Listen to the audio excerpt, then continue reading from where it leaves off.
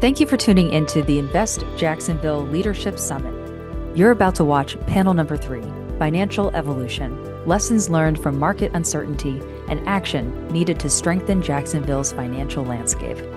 Be sure to like and follow for more content from today's top business and thought leaders. Enjoy.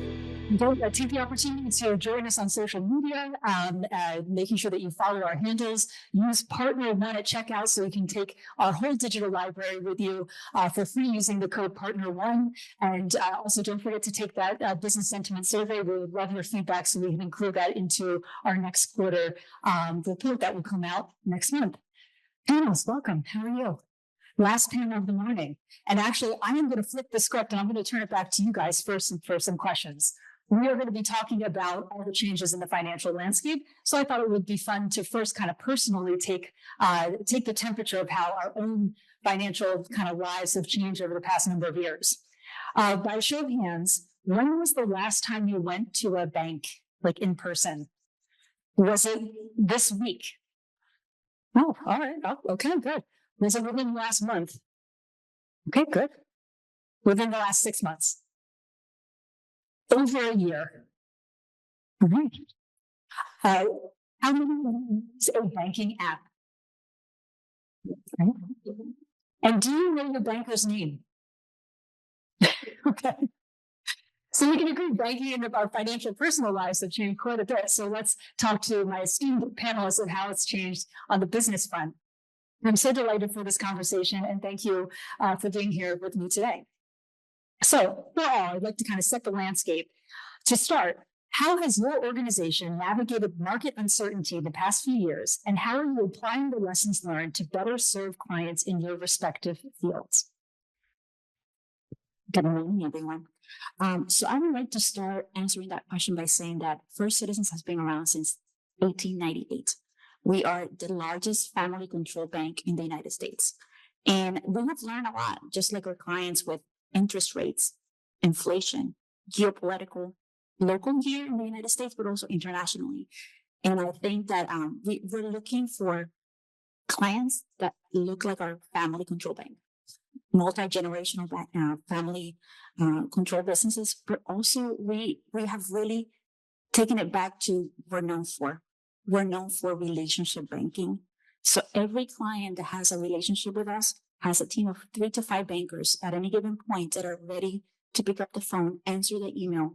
And that's really how we have embraced the uncertainty of the market and how we are ready for 2025 and beyond. So for Citizens, you should all know your banker's name. Thank you, Jason. Sam? Sure. I'll give a great story. In 2022, I think inflation was over 8%.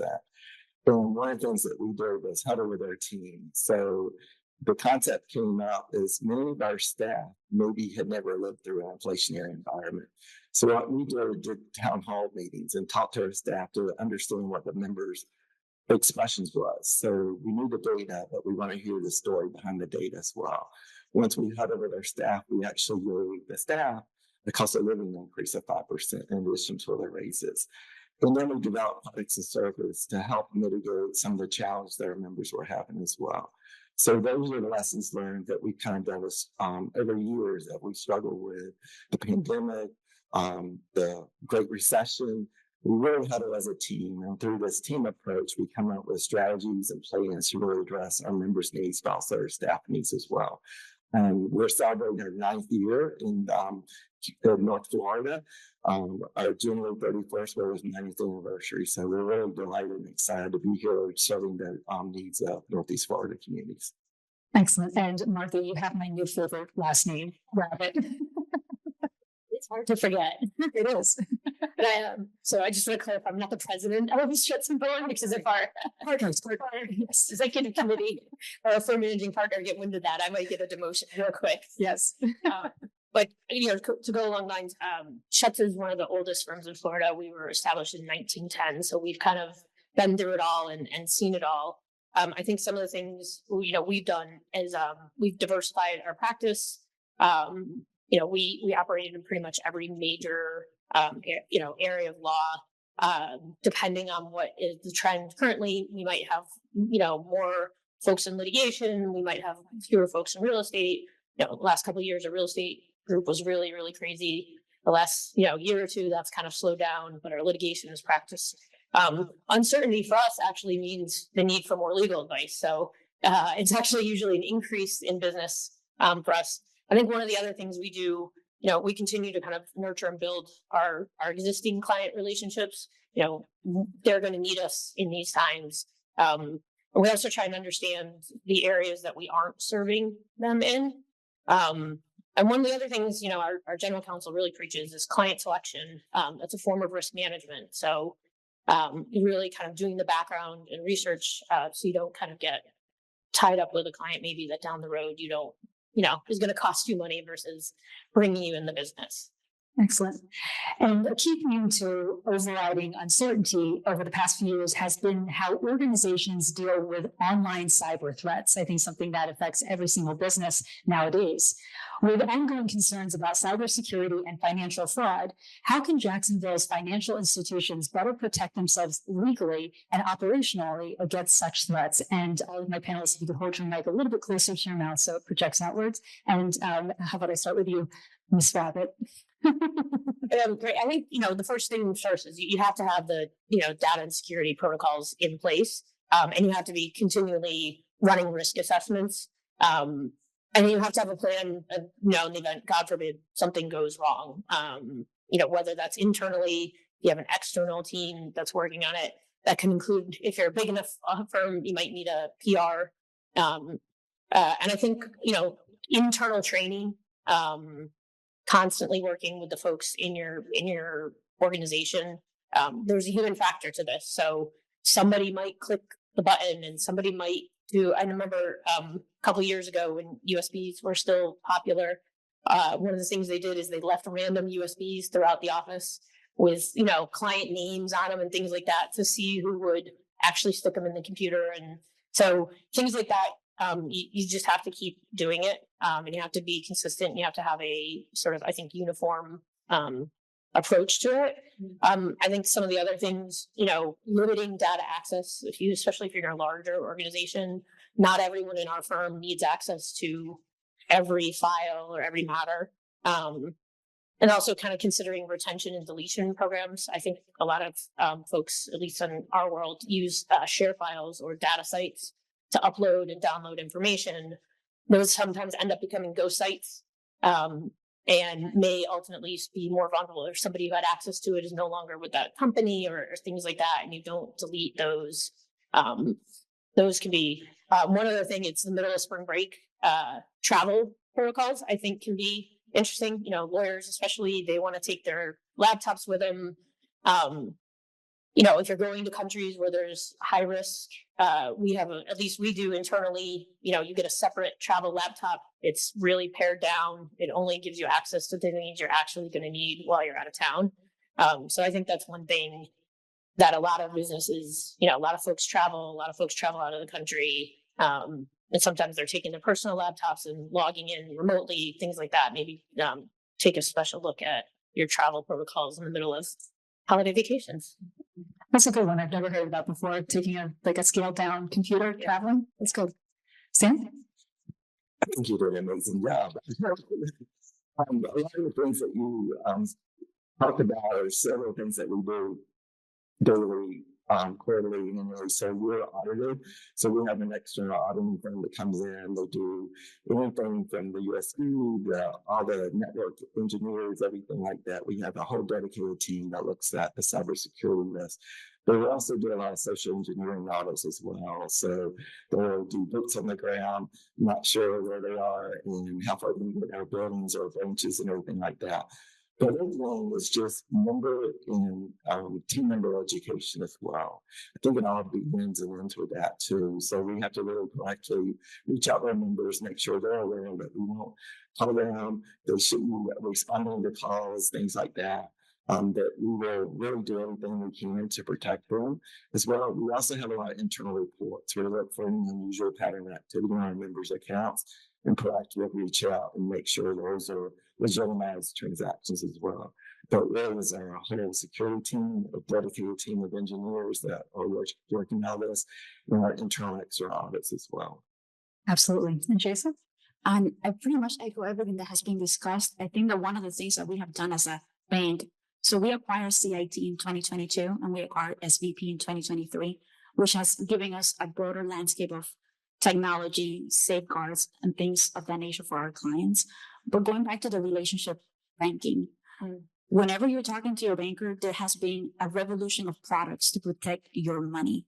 We're having a financial discussion right now. So we have access to your funds, your checking account, to your checks, wires. So make sure that we're having those discussions with our clients often about what are some of the products that we can put together in their package with their online banking. What are some of the best practices with dual control that we can set in place to protect the money? And I think that the one question that I would ask the audience is, what is the amount of money that you can afford to potentially not recover if you have fraud? Is it $5,000? Is it $10,000? We've had some clients in the Jacksonville market that have been exposed to fraud. We have not been able to recover the funds and they're going out of business. And that is a reality that is happening here today. So make that phone call. If your bank hasn't reached out to you, reach out to them. If you don't know who they are, reach out to your bank. But there's a conversation that needs to be had around fraud monitoring and some of the services that we have available. Yeah, and it's an ever-changing landscape. It's very difficult to navigate. Absolutely. Tossing another question out to all of my panelists. Given the increasing focus on financial inclusion, what steps can Jacksonville's financial and legal organizations take to ensure underdeserved communities have better access to banking and credit services? How about Sam? I start with you first. We partner with Blue Zone. They're a local organization that's international too, but they really work on the needs of healthy communities in lower income areas.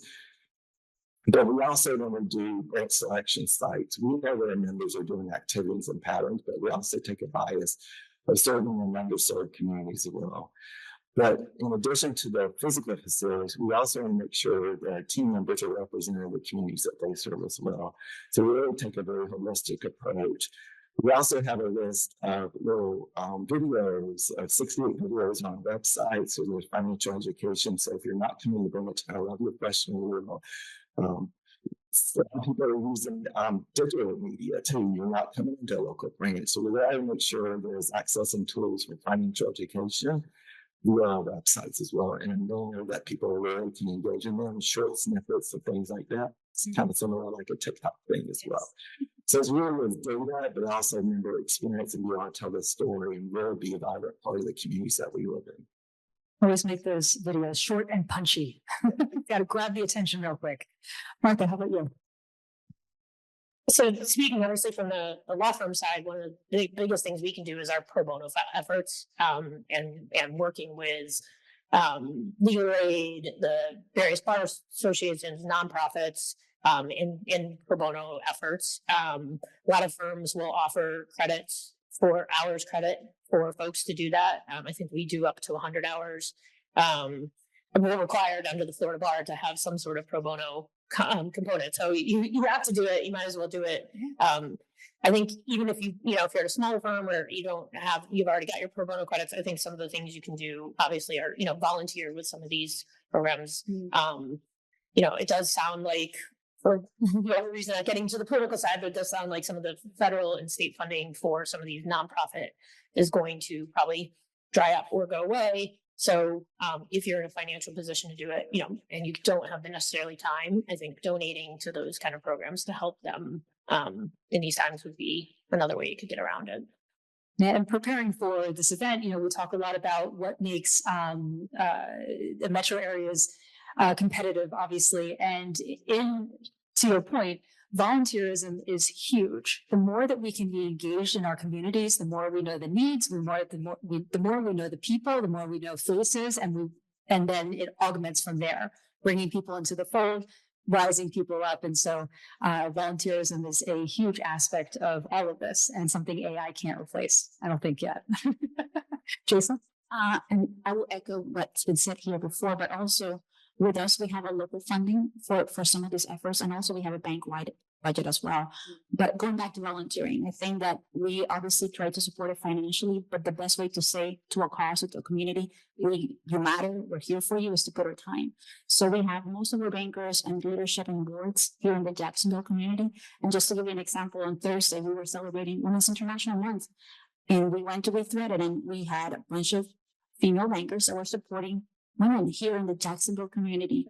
So we're putting our efforts and our time here locally, and we're trying to make Jacksonville better and invest in Jacksonville, kind of the theme of the event today. Exactly. Let's drill down a little bit more. And Martha, I'll start with you. With increasing regulatory scrutiny and evolving financial regulations, what legal trends should financial institutions in Jacksonville be most aware of? And how can they proactively mitigate those risks? That's interesting to ask in these days. I feel like anything I say now could probably change by tomorrow. So, I think first and foremost, keep your head on a swivel. There's going to be a lot. There's already been a lot. There's going to be a lot. I think one thing, we kind of tell our clients is maybe try to avoid a knee-jerk reaction. There's going to be some things you're going to be told, you can no longer do this, or, in that regard, obviously you have to comply. But if something is necessarily being deregulated, maybe internally check, does it make sense for us to stop doing this? We maybe don't have to do it anymore, but is it still in our best interest, in our client's best interest, maybe to continue?